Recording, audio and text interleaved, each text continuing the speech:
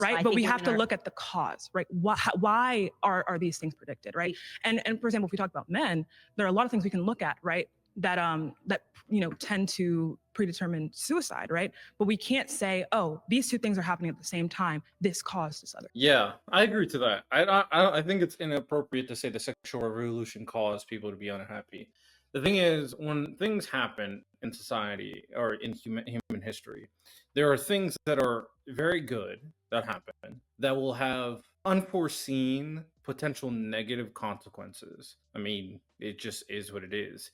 Even with something as simple as technology, social media was a positive. People are more informed with news. They're able to interact with more people around the world. They're able to diversify their perspective. As we can see in 2025, there's a lot of unforeseen negative consequences that now our current climate is heavily impacted by. Are we going to say that we should have never had social media? I'll never say that because it's not a lazy assessment. It's just we have not done a good enough job in adapting to these negative consequences. And now we hit the current situation, and now we have to constantly adapt. And one way you adapt is media literacy, for example.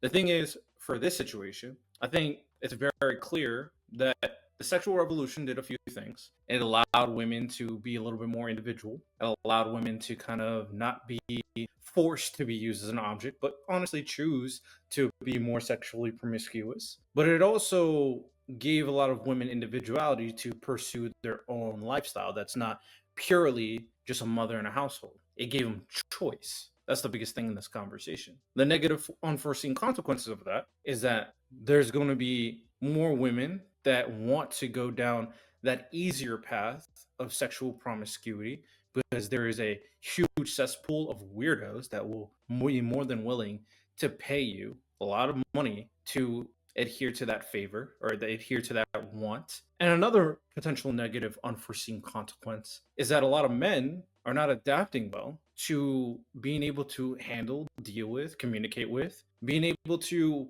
understand how to garner a relationship with a woman with her own full career, right? A lot of men don't know how to talk to women. A lot of men do not know how to connect with women, right? A lot of men, especially the ones that grew up before my generation, and even in my generation, were told that women, for the most part, were taking care of the kids. You probably grew up where your mother was the one taking care of the kids, and the dad was doing work. So society never allowed men to adapt to this new way of women individuality. Two negative unforeseen consequences, two things that are not strong enough to say that the sexual